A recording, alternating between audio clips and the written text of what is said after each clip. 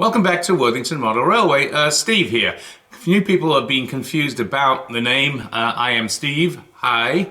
Probably should have mentioned that in the past. Okay, just a very brief update on what I've been doing with the layout extension. It doesn't look like a lot of progress, but it's been a lot of work. So let's see what I've been up to.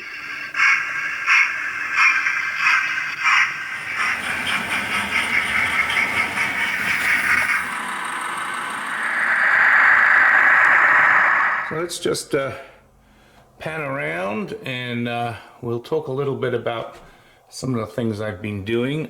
One of the things you are going to notice is that fixed all that wiring that was hanging down and not in place, and we'll talk about that in a second. Wiring doesn't look as neat as, say, Charlie at Chadwick. It is all color-coded, and I can follow anything through, but all I do is I just staple the wires to the baseboard parts, being very careful to make sure that I don't trap the wires, which is why I tend to do a single staple per wire and not staple multiple wires together. Anyway, that certainly has tidied that up. Rolling stock tools, etc., falling off the layout and landing on a Jaguar below. These are temporarily in place. I will make them more permanent once I actually add the back scenes. As you see, this goes all the way down. It's just 1/4-inch plywood, and it's tacked along here to act as a barrier. A lot of gaps between the two layers. So for the moment, I just tacked some hardboard in place, again, to stop things going flying off and hitting the floor.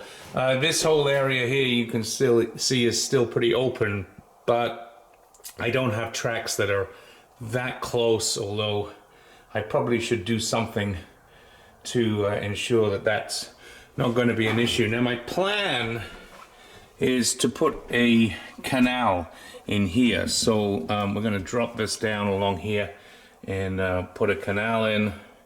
So that's the major thing that's going to happen there. So as you can see, I've got the 009 area all back in place and the hill back in place up there. Obviously now I've got to extend this hill.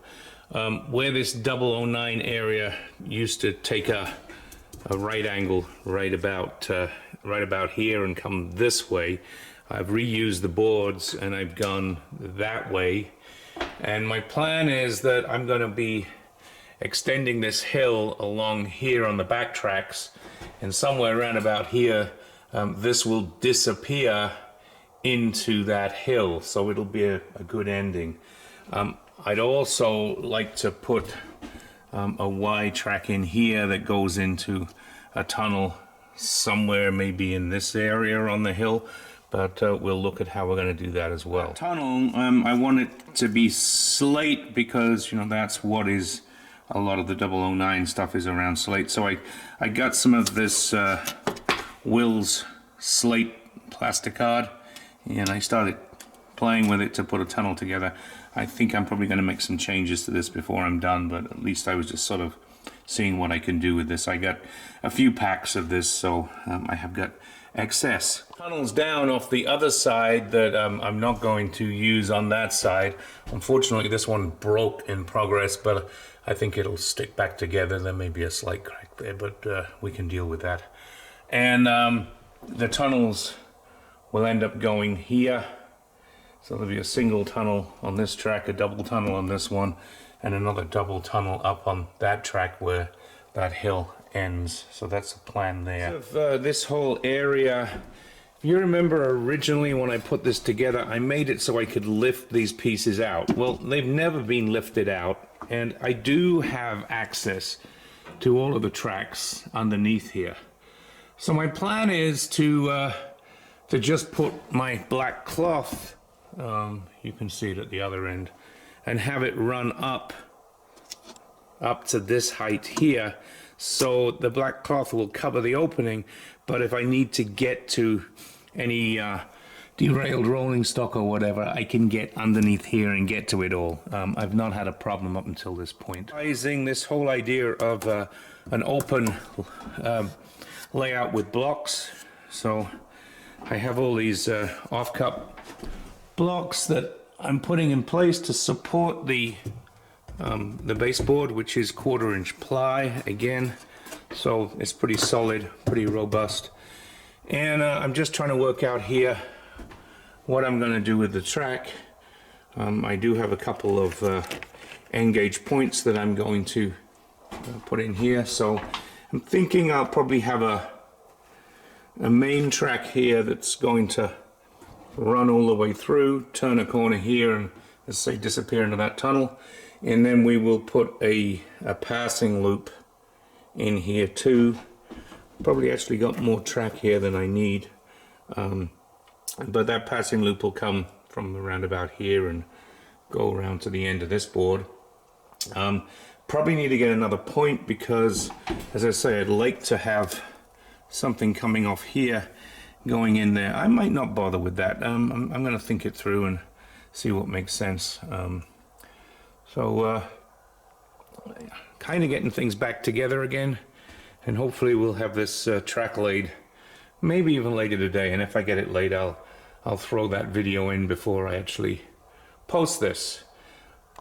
So another thing is, since I put these side boards up, it has cut down the amount of light in this area. You know, I have these LED tubes going all the way along, so I'm going to have to put, I think, another couple of LED tubes in here to light up this end of the layout, but not quite sure when I'll get around to doing that. I might just put some temporary ones in between time so I've got working light. It's amazing how just putting a foot of this plywood up has cut back the light that's coming from these big LEDs that light up the rest of the shed. This thing, somebody asked about continuity testing, and I have two things that I use for continuity testing. One thing is this neat little gizmo that I got from somewhere, and I can't remember where, which just basically checks for continuity. Now, if it's orange like that, then we have AC power. On the DC circuit, which is not live right now, but if it was on the DC circuit, it would either be red or green, depending on the polarity. Let me turn the DC on so we can see that. You can see that, but that's currently red. And if I turn it the other way, it'll turn to green. So it's showing the polarity as well as the fact that the DC track is live. This is the other thing I use, which is an AC continuity tester. This will do everything from mains. I think it does up to 1,000 volts from 10 volts. It has two different settings. One is finer than the other. So if we turn it on, you'll see the screen comes on, and this is where we can change the setting. Now, what happens if I put this anywhere near a live track, you'll see it beeps. So for the 009, I'm going to use end gauge cork. As you can see, it's very similar to the 00 gauge, apart from the fact that it's narrower this way, and it's also thinner this way. So I'm going to get some of this laid down and try to get some of this track done. This is going to be all she wrote for the day. I get the cork road bed laid, worked out where I need to put my points for that passing loop I'm going to put in place. I am hoping that curve is not going to be too tight. I know 009 can get around a pretty tight curve, but we'll see. If need be, we might have to just move that over a little. But anyway, reasonable amount of progress. Fortunately, Sunday afternoon before Christmas, and I have to do other things, but I will get back to this soon. A brief update. Progress doesn't look like a lot, but a fair bit of work. Anyway, probably not going to get a lot done between now and Christmas. It's kind of busy time of year, but we'll come back with another update when I get some more progress in place. As always, thank you for watching. Please like the video, and if you haven't subscribed, subscribe button to the top right, and you'll find another video to the top left.